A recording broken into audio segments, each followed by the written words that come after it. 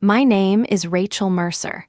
I was 34 when my mother sold the piano my late husband gave me. She did it without asking. She used the money to cover part of my sister's wedding venue. Then she asked me to play at the ceremony. I learned the truth at the rehearsal. The piano stood beneath an arch of white roses, but the middle C still had a tiny crescent-shaped nick, and Owen made that mark the night we brought it home. I knew every scratch as my mother walked toward me with a folder of sheet music. "You can play the processional, the signing song, and the recessional," she said. Behind her, my sister adjusted her veil. Near the side door, 2 piano movers waited beside an empty dolly. My mother had no idea they were there for me. She thought I had come to save the wedding. I had come to take back what she sold. Before I tell you how that rehearsal ended, let me take you back to where the piano began.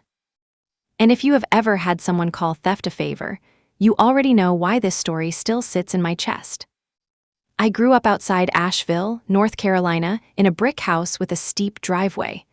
My father, Dean, repaired heating systems, and my mother, Linda, ran our home like an event schedule.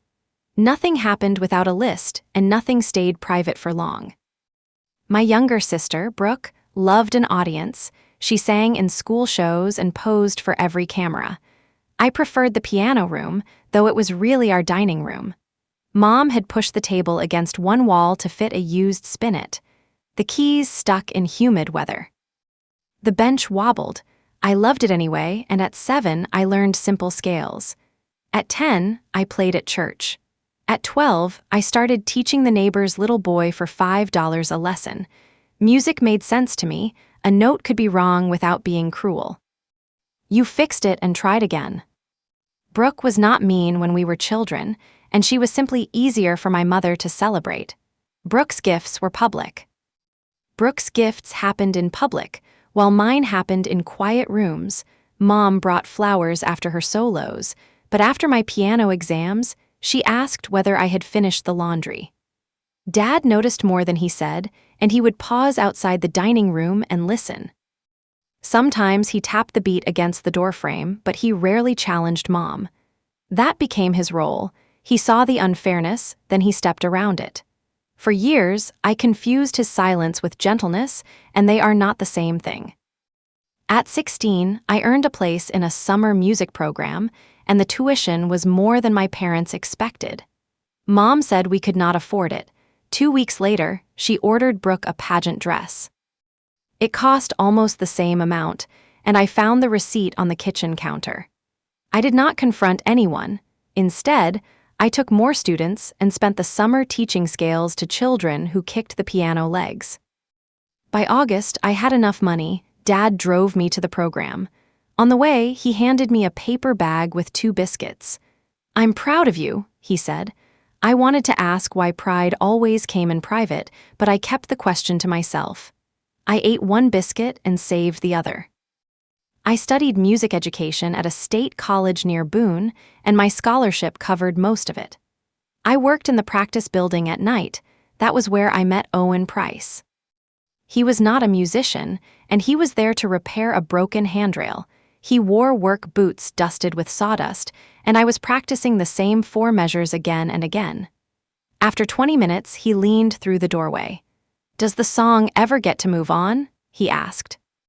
I laughed so hard I missed the next entrance. He apologized, then he offered me a coffee from the vending machine. It tasted burned. I drank it anyway. Owen built cabinets with his uncle. He loved old wood, strong joints, and tools with worn handles. He could look at a damaged table and see what it had been. I liked that about him. He never treated repair as embarrassment, and he treated it as care. Our first real date was at a diner off the highway, and he ordered pie before dinner.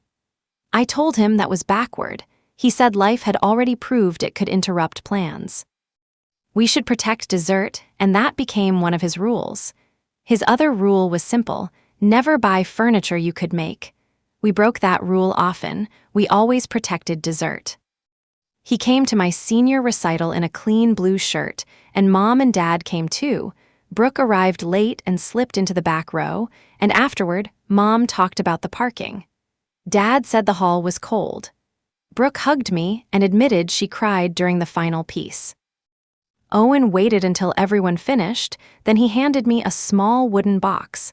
Inside was a tuning key from an antique piano. It had no use by itself. "I found it at an estate sale," he said.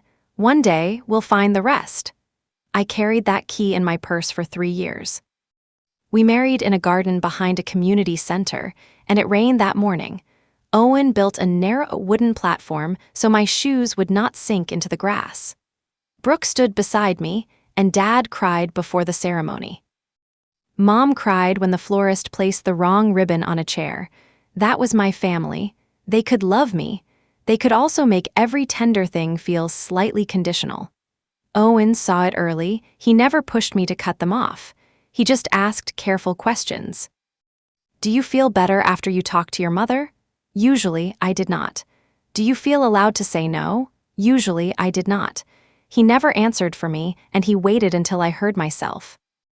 The piano appeared during our 4th year of marriage, and Owen found it in the back room of an estate sale. It was a full-size upright with a walnut case. The finish had gone cloudy. 2 keys were chipped. Several hammers needed work, and a card taped to the side said $200. The movers would cost more than the piano, and Owen called me from the sale. "I found the rest," he said. I knew exactly what he meant. I drove there before he could change his mind. The piano looked tired. Tired is the honest word. Dust filled the carved panels, and a water ring marked the top. One pedal leaned left, but I still sat on the bench and played a C major chord. The sound was rough but warm. Owen stood behind me with both hands in his pockets. He was trying not to smile. We bought it, and the estate manager gave us a faded receipt. Owen wrote both our names beneath the buyer line, then he tucked the antique tuning key into the bench. "It belongs with the rest now," he said. Getting it home was a disaster. The movers missed the porch and sank one wheel into wet soil. Owen tried to help, and his wedding ring caught the edge of the middle C. The ring left a tiny crescent in the key. He stared at it in horror. I touched the mark. "Now it's ours," I said. He offered to replace the key. I would not let him. That little moon became the first thing I saw whenever I sat down.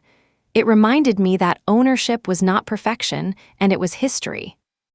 Owen spent 6 months restoring the case, and he worked one panel at a time. I paid a technician to repair the action and tune it. On the night it was finished, we moved the couch against the wall. I played until almost midnight. Owen sat on the floor with his back against the piano. He felt the bass notes through the wood, and when I stopped, he reached up and tapped the case. "This one stays," he said. "Wherever we go," I promised. At the time, promises felt easy. That piano became the center of our house, and I taught lessons on it after school. Brooke sang beside it at Christmas, and Dad dozed in the armchair while I played hymns. Mom placed framed photos on top, though I asked her not to. Owen set his coffee there once. I gave him a look. He never did it again. The instrument held ordinary years. That mattered more than any concert. It heard grocery lists, arguments, apologies, and bad jokes. It heard us discuss fertility tests. It heard us decide we were still a family without children. It heard us choose a life that was not the one we had pictured. Then it heard the last song I ever played for Owen. It was a Wednesday in early October, and rain tapped the windows. Owen had been tired for several days, and he blamed a rush of cabinet orders. I made soup. He sat on the bench while I played a simple arrangement of Shenandoah. Halfway through, he leaned his head against my shoulder. "Again," he said when I finished, so I played it again. The next morning, he kissed my forehead and left for work. A delivery truck ran a red light before lunch. Owen died at the hospital that afternoon, and he was 36. I was 32, and the piano waited in our living room when I came home. Grief did not arrive as one feeling, it arrived as tasks. Choose a suit, call the insurance company, find his phone charger. I answered messages from people who had not spoken to us in years. My mother took charge of the funeral food, and my father fixed the loose porch rail. Brooke slept on my couch for 3 nights, and they helped. I will always say that. My family showed up when the tragedy was visible. They brought casseroles. They folded chairs, and they stood near me while other people watched. The trouble began later, when grief stopped being an event and became my address. After the funeral, the house went quiet, and I could not play. For months, I dusted around the piano without lifting the fallboard. Mom called every few days. At first, she asked how I was sleeping, then she started asking when I would sell the house. She said it was too much space. She said the mortgage was a burden. She said the neighborhood held too many memories, and some of that was true. Her conclusion was not, and she believed pain made me unable to decide. She began offering decisions in its place. The piano should go too, she said one afternoon. We were standing in my kitchen. She had brought storage containers. I told her no, and she opened a cabinet and began matching lids. You don't even play it. I'm not selling it. It takes up half the room. It stays, she sighed. The sound was familiar, and it meant I had made her repeat herself. Owen would not want you living in a museum. I put the lid in my hand on the counter. Don't use him to argue with me. She looked hurt. That was her strongest move. She could cross a line and make my response look like the wound. I stayed in the house for almost 2 years. I returned to teaching. I learned how to buy groceries for one, and I changed the emergency contact on my medical forms. I stopped reaching across the bed at night. The piano remained closed, but I never considered selling it. There is a difference between silence and absence, and the music was still there. I simply was not ready to touch it. By the second spring, the roof needed work. The yard had become another job. I found a small bungalow near my school, and it had 2 bedrooms and a bright front room. The floors were old pine. The windows faced west, and I could imagine the piano there. The problem was the crawl space. A contractor said the front floor needed extra support first. The work would take 6 to 8 weeks. I could move everything else. The piano had to wait. Dad offered the back room of his workshop, and it was dry, locked, and temperature-controlled. He stored old equipment there, and the piano movers could reach it through a wide side door. I hesitated. Mom had spent 2 years suggesting a sale. Dad understood why. He sent me a text. Your piano stays covered in my back room until your floor is ready. No one touches it. I read the message twice, then I agreed, and I should not have needed a written promise from my father. I am glad I had one. The movers wrapped the piano in quilted pads, and I watched them carry it from the house. For the first time, the rectangle beneath it was bare. Dust marked the floor where the legs had stood. The room looked startled, and I followed the truck to my parents' house. Dad cleared the workbench, and we placed the piano against an interior wall. I took a photo of the serial number. I took another of the crescent mark. That was habit, not suspicion, and Owen had taught me to document furniture before a move. Mom watched from the doorway.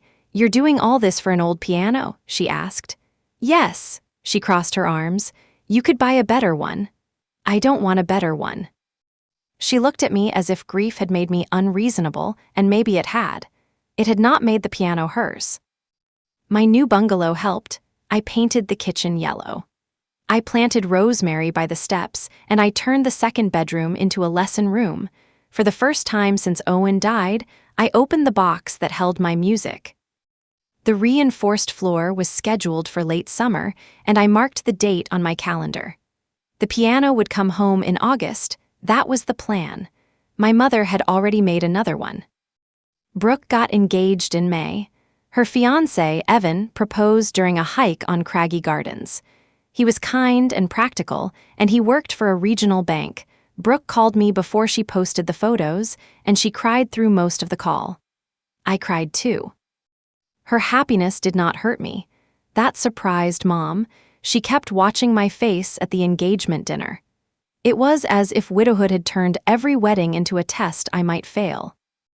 I wanted Brooke to have a good day, and I also wanted limits. I offered to help choose ceremony music, and I offered to address invitations. I gave them a set amount toward the bridal shower. Mom heard all of that as a starting bid. She wanted me to host the shower, and she wanted me to make centerpieces. She wanted my school choir to sing for free, and she wanted me to perform during dinner. Each request arrived wrapped in family language. You know how much this would mean. You're the musical one. Owen would want you involved. That last sentence ended the conversation every time. I told her she did not get to use my husband as a coupon. Brooke chose a restored farmhouse called Laurel Hall, and it sat 20 minutes outside town. The ceremony room had tall windows and a stone fireplace. The venue included tables, chairs, and a small sound system. It did not include live music, and Brooke wanted a string trio. Mom wanted something grander. Evan wanted to stay within budget. Those three facts fought each other for months. The first estimate came in too high, then the florist added delivery fees. The photographer required a larger deposit. Brooke called me one night and admitted the numbers scared her. I told her to cut anything she would not remember in a year. She laughed. Mom says people remember details. Mom remembers bills other people pay. Brooke went quiet, then she said, I know she pushes. It was the closest she had ever come to naming the pattern. I told her I loved her, and I also told her I would not become the backup budget. She said she understood, and at that moment, I believed her. The piano remained at my parents' workshop through June. The floor contractor was delayed by storms. I checked on the instrument twice, and the first time it was exactly where we left it. The second time, several boxes had been stacked beside it, and Mom said Dad needed the space. I moved the boxes myself. I checked the humidity gauge. I lifted one corner of the cover, and the crescent mark was still there. I told Dad the new move date would be the first week of September. He nodded, and Mom asked how much a piano like that was worth. I said its market value did not matter. She said she was only curious. One Sunday, she asked me to come over for lunch, and Dad grilled chicken. Brooke brought fabric samples. Evan was working. After we ate, Mom spread a wedding budget across the table. The remaining balance was larger than Brooke had admitted, and I saw upgrades everywhere. Extra lighting, a champagne wall, custom signs, a second dessert table. None of it was necessary. Mom tapped the total with one polished fingernail. We need to solve this. I pushed the paper back. Brooke and Evan need to solve it. Brooke looked embarrassed. Mom looked offended. You know what I mean? I do. That was why I answered plainly. Mom proposed a family contribution, and Dad had already paid for the rehearsal dinner. She and Dad would cover flowers. Evan's parents had paid the venue deposit. Then Mom looked at me, waited, and suggested I cover the remaining music and daycare costs. I asked why. Because you can. That was her answer, not because I had promised. The expense was not mine. My salary and Owen's life insurance simply made me the easiest person to pressure. Brooke interrupted. She said no. She said they would cut things. For once, she did it before I had to. Mom waved her off. This is what sisters do. I looked at Brooke. She looked back. I'm not asking her, she said. The room changed for a second, and Mom did not like being contradicted in front of a witness. She gathered the papers. Fine, she said. We'll handle it. Dad kept carving the chicken as if precision could hide him. I should have asked what handling it meant. The next week, Brooke's string trio canceled, and one violinist needed surgery. The group returned the deposit. Mom called me before Brooke did. This is actually good news, she said. I waited. You can play. I said no. She began listing reasons. The venue had a piano. I already knew the music, and it would make the ceremony personal. It would save money, and I asked whether Brooke wanted that. Of course she does. I called Brooke after we hung up. She sounded surprised. She had not asked Mom to call, and recorded music was fine with her. I said I might play one short piece if I felt ready, but nothing more. She thanked me. We left it there. Mom did not. 2 days later, she emailed a full program. It included a prelude, processional, unity song, signing music, and recessional. My name appeared beside every line. I replied with one sentence. I have not agreed to this, and she called within a minute. Why are you making it difficult? I'm not. You play music for children all day. This is different. Because it is a wedding. Because you volunteered me. She lowered her voice. Brooke has had to be careful around your grief for 2 years. That sentence landed hard. I asked her to repeat it. She did not, and instead, she said everyone had sacrificed. I ended the call. Brooke came to my house that evening. She brought takeout. She also brought an apology, and she said she had never asked Mom to build the program. She admitted Mom was panicking about money, then she said something I did not expect. If playing feels wrong, don't do it. I studied her face. She meant it. For all the ways Mom favored Brooke, she had also trained her to accept management as love. Brooke was beginning to see the price, and I told her I would attend as her sister. I would help her choose recorded music. I would not be the unpaid entertainment. She nodded, then we ate noodles on my floor because the dining table had not arrived. The next morning, Mom texted both of us and said the music issue was solved. She gave no details, so Brooke assumed she had found another pianist. I assumed the same. For almost a week, Mom did not mention my performance. The silence felt strange. It also felt like relief. I focused on my house, and the floor supports were finally installed. The contractor sent photos from the crawl space, and my music room was ready. I booked movers for the following Friday. I sent Dad the date. He replied with a thumbs-up word, not an image, and sounds good. That was all. On Wednesday, I drove to the workshop after school, and the side door was locked. Dad's truck was gone. I called him. He said he was on a service job. Mom answered on the second ring. I asked for the key, and she said the back room was a mess. I told her the movers were coming Friday, and she paused, then she said Dad had rearranged things. Is the piano there? Of course it is. Open the door. I'm not home. Her car was visible through the garage window. I told her that. She became angry. You are standing outside our property and checking our cars. I am trying to see my piano.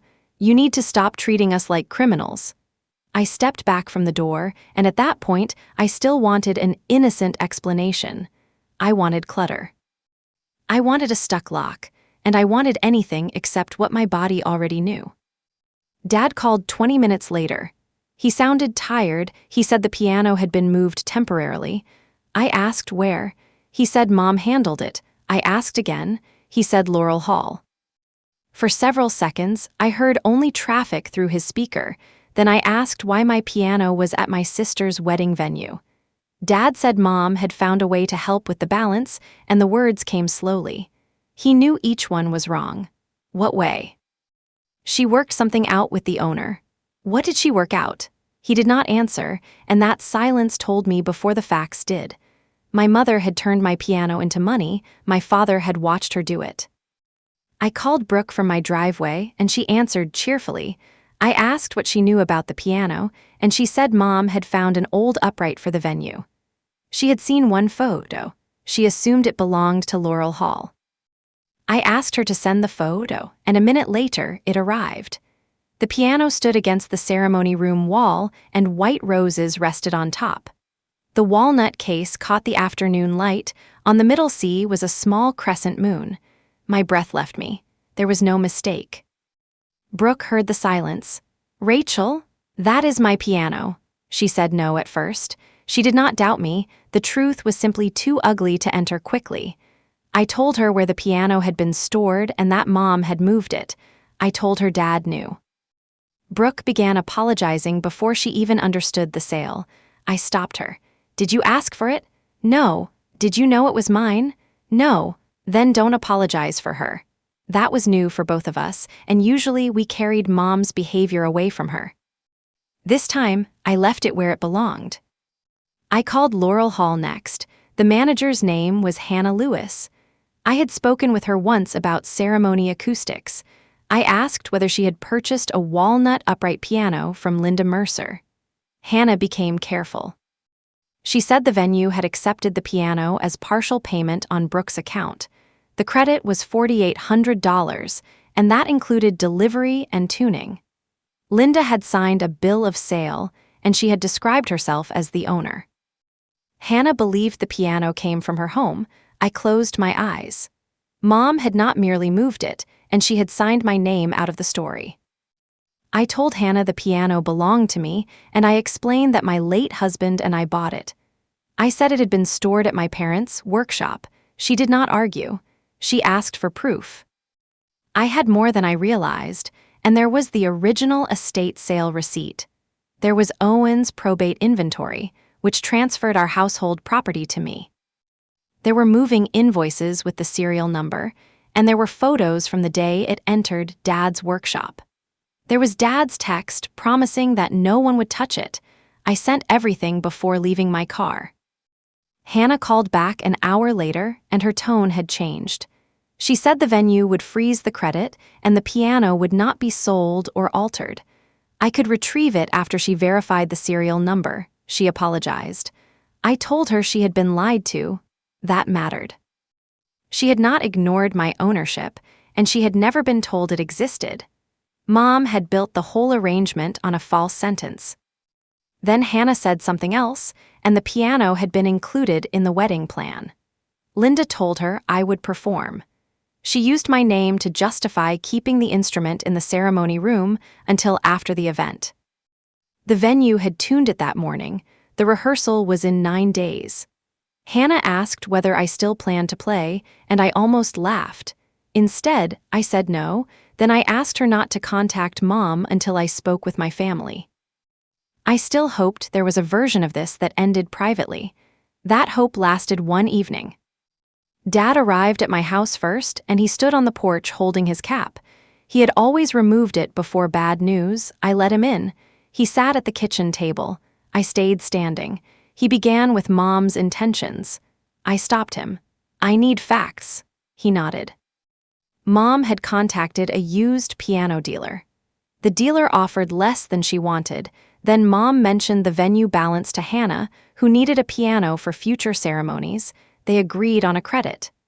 Dad helped the movers access the workshop, and he watched them take it. He knew I had not agreed.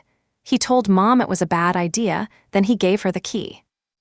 I asked why, and he rubbed his thumb over the edge of his cap. Your mother said you weren't using it. That is not an answer. She said Brooke needed help. That is not an answer either. He looked at me then. The shame in his face was real, so was the choice he had made. I did not want another fight. There it was. The family rule in one sentence, and Dad avoided conflict. Someone else paid for the piece. I placed my phone on the table. I opened his text from the day we stored the piano. Your piano stays covered in my back room until your floor is ready. No one touches it. He read it. His eyes filled. I meant that. You broke it. I know. No, Dad. You knew before I did. He tried to reach for my hand. I moved it. He lowered his arm. I asked whether Mom had signed the bill of sale in front of him. He said yes, and I asked whether he told Hannah the truth. He said no. I asked whether he planned to tell me, and he stared at his cap. That was my answer. Mom arrived 10 minutes later. She did not knock. She used the spare key I had given my parents after the move. The lock turned, then the door stopped against the chain. I had fastened it after Dad came in. Mom rattled the handle. Rachel. I opened the door without removing the chain. Give me the key. Her eyebrows rose. Excuse me, the spare key. She said we needed to talk. I repeated myself. Dad stood behind me, and for once he did not step between us. Mom pulled the key from her ring, and she dropped it into my hand. I closed the door, removed the chain, and let her in. That small act changed the room. She entered my house because I allowed it. Mom set her purse on the counter, and she did not apologize. She said Dad had explained badly, and I asked her to explain well. She began with Brooke. The wedding costs had risen. Evan's family had already contributed. Brooke was stressed. The piano was sitting unused, and Laurel Hall wanted one. The arrangement solved 2 problems. She said this with the satisfaction of a person describing a coupon. I waited until she finished, then I asked who owned the piano. She blinked. Technically, you? No. Not technically. She pressed her lips together. You. And did I give you permission? You would have said no. The answer came fast. It was honest. She knew my boundary. She acted because it existed. I told her the venue had frozen the credit, and for the first time she looked frightened. Not sorry, frightened. She asked what I had told Hannah. I said the truth. Mom's face changed. She said I had embarrassed the family. I reminded her that Hannah had a false bill of sale with her signature. She dismissed it as paperwork, and she said families make informal arrangements. I told her fraud does not become informal because the victim shares your last name. Dad flinched. Mom called that dramatic. Then she reached for Owen. I knew she would. He loved Brooke, she said. Yes. He would want the piano used for something joyful. You do not know that. I knew him too. You knew him at holidays. Her face hardened. He would not want you clinging to an object. I stepped closer. Stop speaking for my dead husband. The room went still, and even Mom heard the line this time. I told Mom the piano was coming home. I told her I would not perform. I told her the venue credit was her problem, and she looked toward Dad. He did not rescue her. She asked whether I planned to ruin Brooke's wedding over furniture. I said she had risked Brooke's wedding when she signed the sale. She said I was punishing my sister, and I said I was correcting her. She said there was no difference. There was. A consequence returns to the person who caused it. A punishment looks for someone to hurt. Dad remained at the table, and he asked whether I wanted him to go. I said yes. He stood. At the door, he returned the workshop key, and he said he would give Hannah a written statement. I thanked him. It felt formal. That was appropriate. Trust becomes formal when affection has been used as a shortcut. Brooke called before my parents reached home. Mom had already told her I was pulling the piano and refusing to play. Brooke was crying. I thought she was angry at me. She was not. She was angry because Mom had lied. Mom had told her the piano belonged to a retired church musician. She had said the owner donated it after moving into assisted living. It was a detailed story. That detail hurt almost more than the sale. Mom had rehearsed someone else's generosity to hide my refusal. Brooke asked whether the venue would cancel, and I said no. The credit had been frozen, not the contract. The balance would need to be paid or the wedding plan reduced. She became quiet, then she asked how much, and I told her. She swore under her breath. That was unusual for Brooke. She said Mom had added several upgrades after Brooke, and Evan approved the original plan. The disputed credit covered those additions. Without it, they could remove the champagne wall, specialty lighting, and late-night snack station. The wedding itself was safe. The spectacle was not. The next morning, I met Hannah at Laurel Hall, and the ceremony room was empty. Sunlight crossed the wood floor, and my piano stood near the fireplace. Someone had placed a lace runner across the top. I removed it. Under the bright light, I saw a new scrape along the back edge. It was small. It still made my stomach turn, and Hannah apologized again. She had printed Linda's bill of sale, and the signature was broad and confident. Owner, Linda Mercer.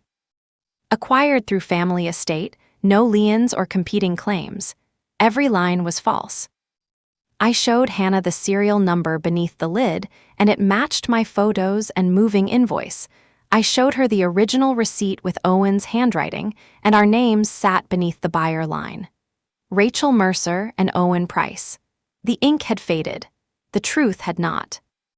Hannah compared the papers, then she signed a release stating the venue recognized me as the owner. The wedding credit would be reversed. I could remove the piano at any time. I sat on the bench. My hands rested in my lap, and the keys were inches away. I had not played them since the night before Owen died. For almost 2 years, I had been afraid the first chord would break something open. Now anger stood beside grief, and it gave me a place to put my feet. I touched the crescent mark, then I played one note, middle C. The sound filled the empty room, and it was slightly bright from the fresh tuning.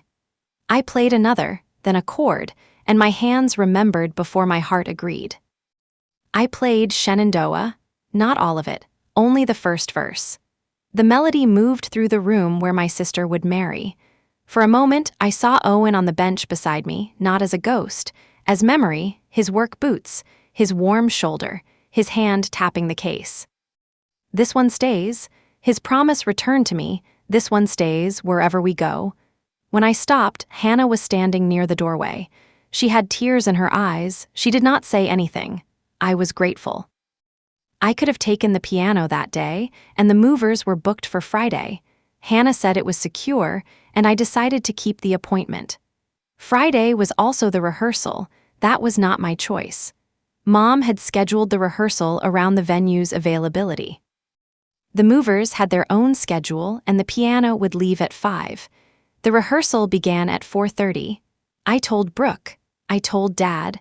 I told Mom in writing. The piano will be removed Friday at 5.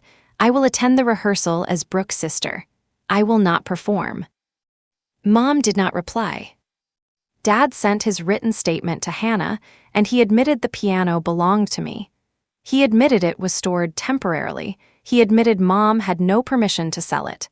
He copied me on the email. It was the first time in my life he contradicted her in a document she could not edit. I read it several times, and I wished he had done it before the movers came. Still, it mattered, and late courage does not erase damage. It can prevent the next piece. On Thursday night, Brooke came over. She brought the ceremony program. My name had already been printed beneath music, and Mom had ordered the programs before I agreed. Brooke set one on my table. "She planned to trap you," she said. I looked at the neat black letters and Rachel Mercer piano. The line made my stomach feel cold. Mom had not misunderstood. She had created public expectations and counted on my fear of disappointing people. It was the same method as the sale. Build the scene first, then demand consent. Demand consent afterward. Brooke tore the program in half, then she started crying, and she said she felt stupid. I told her trusting your mother is not stupidity. She said she had benefited from Mom's behavior for years.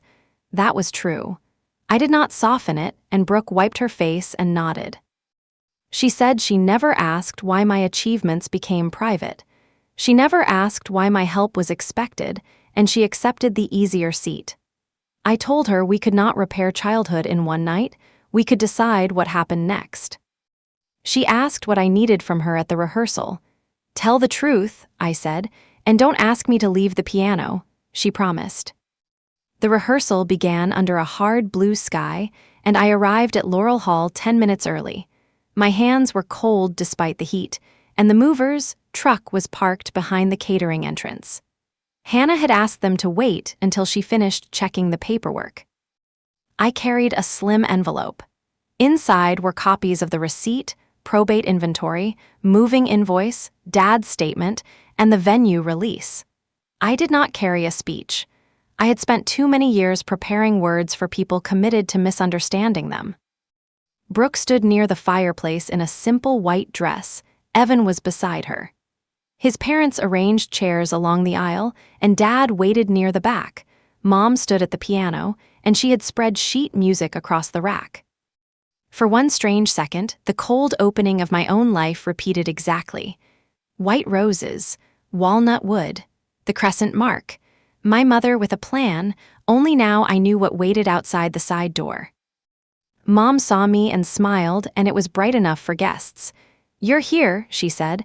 "I said I would be." She lifted the top page. I kept the music simple. Brooke stepped toward us. "Mom," Linda ignored her, "you know the processional. The signing song can be shortened." "I'm not playing." The smile remained. Her eyes did not. "We are not doing this in front of everyone. You brought my piano in front of everyone."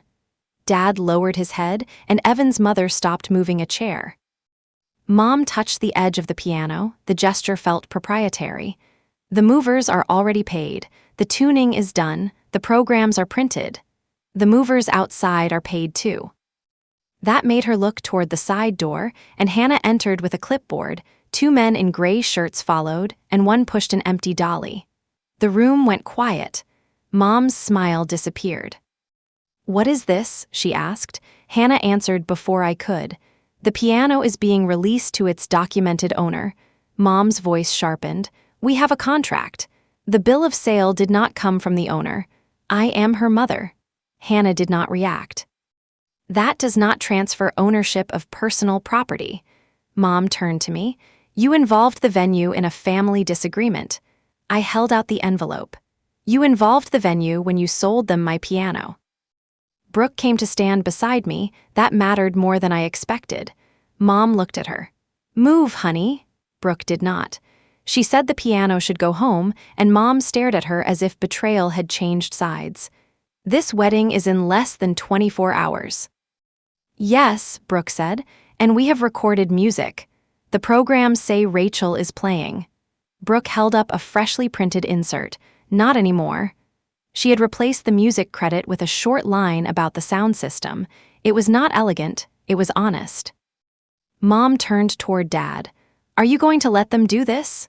Dad's face went pale, and for most of my life, that question controlled him. It did not ask what was right, it asked whether he would withstand her anger. He looked at the piano, then he looked at me. "The piano belongs to Rachel," he said. Mom laughed once. It was a hard sound. "Of course it does. That is not the point." "It is exactly the point," I said. She began pacing, and the flowers had been designed around the instrument. The photographer had planned shots near it, and the ceremony needed a focal point. The venue credit had already been counted. The wedding party had driven in from 3 states. Each fact came faster than the last. None changed ownership, and I let her finish, then I asked one question. "When did I say yes?" She stopped. "You knew I would not.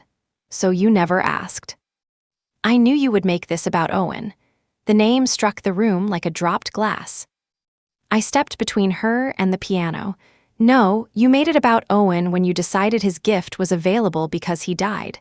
Mom's chin lifted. "That is not what happened. You moved it from a locked room. It was in our building. You signed a bill of sale. To help your sister. You claimed you owned it. Because paperwork needed a name. You took $4,800 in credit. It went to the wedding. You promised I would perform. You are a pianist." Every answer admitted the next part, and she still believed usefulness was permission. Mom lowered her voice. "You have not touched that instrument in almost 2 years." I felt everyone listening. This was the argument she trusted most. She thought grief expired ownership, and I opened the envelope. I placed the estate receipt on the piano. Owen's handwriting showed beneath the buyer line, then I placed the moving invoice beside it. Then Dad's text. "Your piano stays covered in my back room until your floor is ready. No one touches it." Mom glanced at the papers. She did not pick them up. "You were not using it," she repeated. I touched the crescent mark. "My wedding ring made that nick," Dad said softly. I looked at him. He corrected himself. "Owen's ring." His voice broke, and Mom closed her eyes for a moment, then she recovered. "Objects do not love you back." "No," I said, "but people can still respect what they mean." She pointed toward the aisle. "Brooke is getting married tomorrow." "I know. Her life is moving forward." Brooke flinched. Mom kept going. "You cannot keep making everyone live inside your tragedy." There it was, the sentence she had been circling for 2 years. My grief was a room she resented entering, so she had taken the largest object from it and sold it. Not to help me, to prove she could make me move. I asked Brooke whether she wanted me to answer, and Brooke's eyes filled. "Yes." I faced Mom. "You did not help me move forward. You moved my life without me." No one spoke. I continued. "You decided my silence meant I was finished with it. You decided my pain made my property available. Then you built a wedding plan around the idea that I would be too embarrassed to say no." Mom shook her head. "That is not fair. It is exact."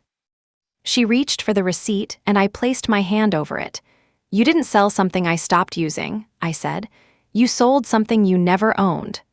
The words did not sound clever in the room, they sounded final. Mom's hand fell, and behind us, one mover adjusted the straps on the dolly. Mom tried a different path. She turned to Brooke. "Tell her what this piano means for tomorrow." Brooke swallowed. "It means nothing for tomorrow. You wanted live music. I wanted my sister at my wedding. She is making you choose." Brooke looked at me, then she looked back at Mom. "No, you did that when you lied to both of us." Mom's face changed, and she was losing the daughter she expected to defend her. She said Brooke did not understand the pressure. She had managed every vendor. She had protected the budget, and she had fixed problems no one else noticed. Brooke answered with a steadier voice. "You created this problem." Mom said she created a solution, and Evan spoke for the first time. "A solution does not need a fake bill of sale." Mom told him to stay out of family business. He took Brooke's hand. "It became my business when you put it on our wedding account." Hannah explained the financial consequence, and the venue credit was removed. The revised balance reflected the original package, and Brooke and Evan had already approved the smaller plan. No cancellation was pending. No guests would lose seats. The wedding would proceed. Mom's warnings about disaster collapsed in less than a minute. The only things lost were the upgrades she had added and the control she expected to keep. Mom looked almost relieved, then she realized the piano was still leaving. If the wedding is safe, why can't it stay one more day? Because that was the real question, and not whether Brooke would marry. Not whether guests would eat. Whether Mom could still make the theft useful. I told her no. She asked whether I could be generous once. I asked whether she could return something once. She said the instrument was already there. I said so were the movers. Dad stepped closer. "I'll help them." Mom turned on him. "You already humiliated me in writing." He looked at the floor, then raised his head. "I told the truth in writing." The difference mattered. He had spent decades telling the truth only in rooms where it changed nothing. This time, the truth had a recipient. Mom could not fold it into silence. One mover asked whether they could begin. I looked at Hannah.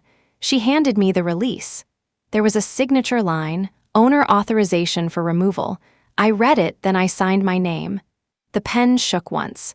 That was the irreversible act. No speech could replace it. No apology could delay it. The piano was coming home. The movers removed the flower arrangements first. Mom objected. Hannah said the venue staff would place them near the fireplace. The ceremony would still have an arch. It would still have light.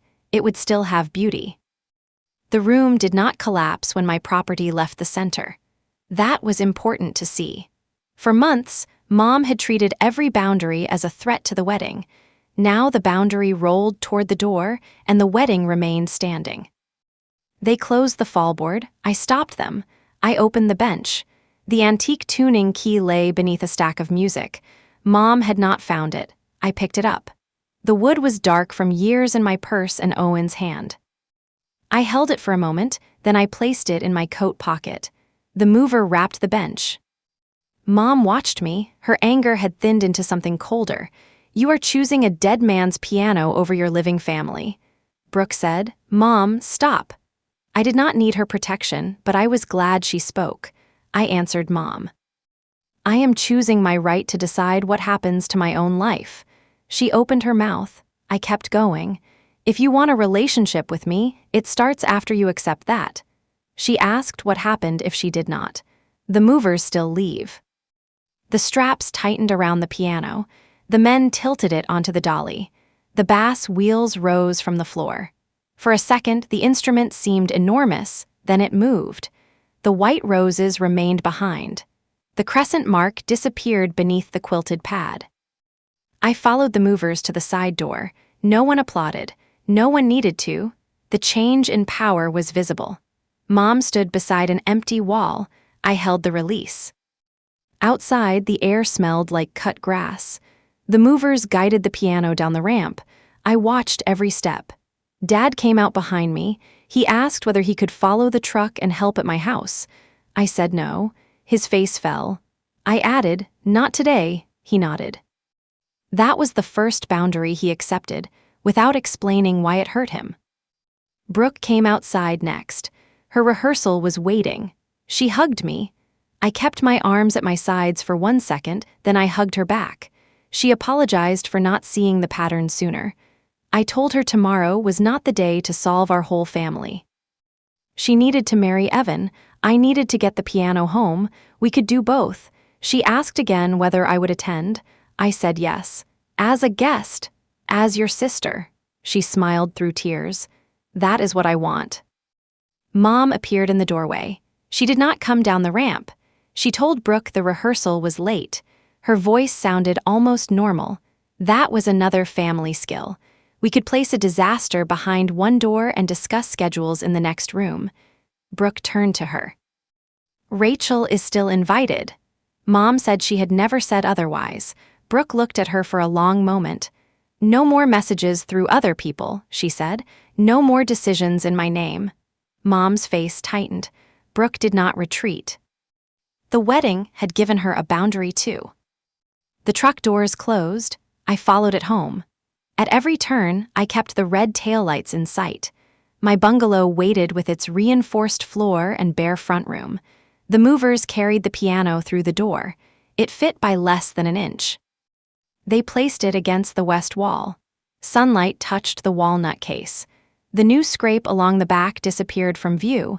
The crescent mark remained. I signed the delivery receipt, then the movers left. For several minutes, I stood alone. The room smelled like rosemary from the open window. My hands trembled. I placed Owen's tuning key inside the bench. It clicked against the wood. The sound was small. It felt like a door closing in the right direction. I sat down. I did not play Shenandoah. That song still belonged to the last night. Instead, I played a scale. One note after another, nothing dramatic, nothing grand. My fingers were stiff. The fourth note cracked. I started again. That was what music had always given me. A mistake could be corrected without becoming your identity. I played the scale 3 times. On the 4th, it was clean. My phone rang. It was Mom. I let it stop. A message followed. She said I had embarrassed her in front of the venue staff. She said Dad had betrayed her. She said Brooke was too emotional to understand. She did not mention the sale. She did not mention Owen. She did not apologize. I saved the message, not as evidence. As clarity, then I turned the phone face down and played another scale. Dad called next. I answered. He said Mom had left the rehearsal. Brooke and Evan were continuing without her. He had stayed. I told him that was his choice. He apologized again. This time, he did not attach Mom's worry. He did not mention stress. He said, I gave her the key after I promised you I would protect it. The sentence was complete. I thanked him for saying it clearly, then I told him I needed space. He said he understood. For once, he did not ask how long. Brooke sent a photo after the rehearsal. The ceremony room looked simple. The roses had been moved to the fireplace. 2 chairs marked the center. The empty wall was just a wall. Her message said, it still looks beautiful. I wrote back, it does. She asked whether I was sure about coming. I looked at the piano, then I looked at the dress hanging on my bedroom door. I told her yes. My boundary was not a weapon. I did not need to miss her wedding to prove it existed. The wedding took place the next afternoon. Laurel Hall looked softer in daylight. The roses framed the fireplace. Recorded piano music began as guests found their seats. No one seemed confused.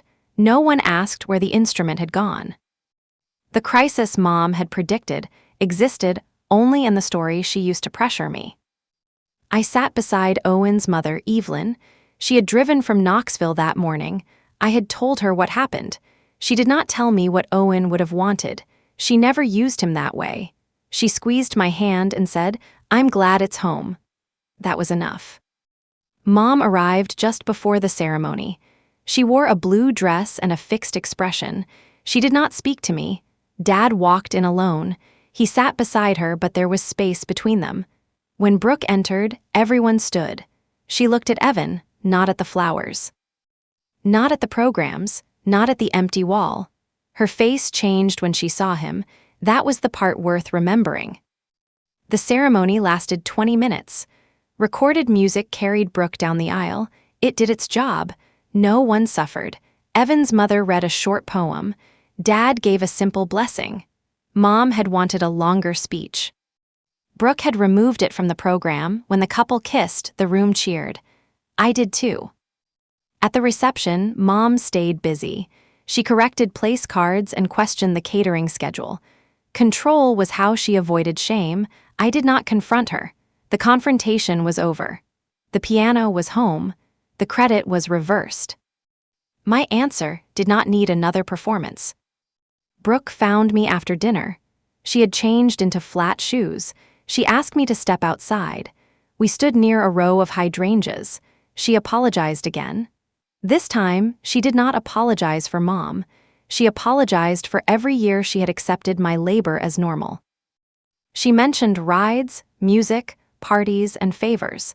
She said she had mistaken being favored for being loved better. Now she understood that Mom's attention came with ownership. I told her insight was not repair. She nodded. I know. I told her repair would look ordinary. It would mean asking instead of assuming. It would mean hearing no without turning me into the problem. It would mean speaking up before I stood alone. Brooke said she could do that. I said time would tell, then she hugged me. The conversation was not magical. It was honest. That was better. Mom approached before we went inside. She said guests were asking why I had not played. Brooke answered first. They aren't. Mom ignored her. She told me people had noticed the missing piano. I said people notice many things and survive them. She accused me of enjoying her embarrassment. I told her I enjoyed having my property back. She said that proved I cared more about objects than family. I did not argue. Some accusations are invitations to re-enter an old room. I stayed outside. Then Mom demanded repayment for the venue's shortfall. She said the disputed credit had been part of the wedding plan. I reminded her that Brooke and Evan had removed the upgrades. There was no shortfall attached to me. Mom said she had paid a cancellation fee for specialty lighting. I asked whose signature was on that order. Hers.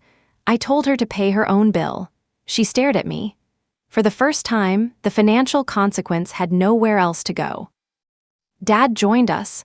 Mom told him to say something. He did. The fee is ours. She turned toward him. He repeated it. He said they would cover the amount from their vacation account. It was not ruinous. It was simply theirs. Mom had expected my grief, Brooke's wedding, and Dad's fear to spread the cost. Instead, the cost stopped at her name. I left the reception after the cake. Brooke walked me to my car. Evelyn followed me home. We made tea, then she sat in the armchair while I opened the piano. I played the first page of an old hymn. My hands stumbled twice. Evelyn did not cry. Neither did I. When I finished, she smiled. Owen always said you played the pauses best. I had forgotten that. The memory did not break me. It warmed the room. Over the next month, I changed several things. My parents no longer had a key to my house. They were removed from my emergency contacts. I stopped storing anything on their property. Dad and I met for coffee twice. Mom was not invited. He did not ask me to forgive her. He began counseling after Brooke suggested it. That was his work, not mine. Mom sent one written apology. It arrived 3 weeks after the wedding. She said she was sorry the situation became painful. She said she had been trying to help both daughters. She said she wished I had handled it privately. The apology described weather. It did not name the storm. I replied with 2 conditions. She had to acknowledge that she sold property she knew belonged to me. She had to stop speaking for Owen. Until then, contact would remain limited. She did not answer for several months. Brooke kept her promise in small ways. She asked before inviting me to family events. She paid for her own music consultation when a friend needed help. She returned borrowed dishes without being reminded. None of that sounds dramatic. Healthy change rarely does. Trust came back in teaspoons. The piano became part of my life again. I started with scales, then hymns. Then the pieces I taught at school. By winter, I moved 2 private students into the front room. They noticed the crescent mark. One little girl asked whether the key was broken. I told her no. It has a story. She accepted that and played her song. On the anniversary of Owen's death, I sat at the piano before sunrise. For 2 years, I had treated Shenandoah like a sealed room. That morning, I opened the music. I played the first verse, then the second. When I reached the place where he had asked me to begin again, my hands shook. I kept going. The song did not belong only to the night before he died. It belonged to every night we had lived before it. After I finished, I touched the small moon in the middle C. I used to think the mark meant the piano was ours. Now it means something larger. Love can leave a mark without leaving ownership behind. My mother saw an unused object. I saw a life I had the right to carry at my own pace. The piano sits against the west wall of my bungalow now. Late light moves across the walnut case. Owen's tuning key rests inside the bench. I still protect dessert. I still make mistakes in the 4th measure, and no one moves the piano unless I say yes.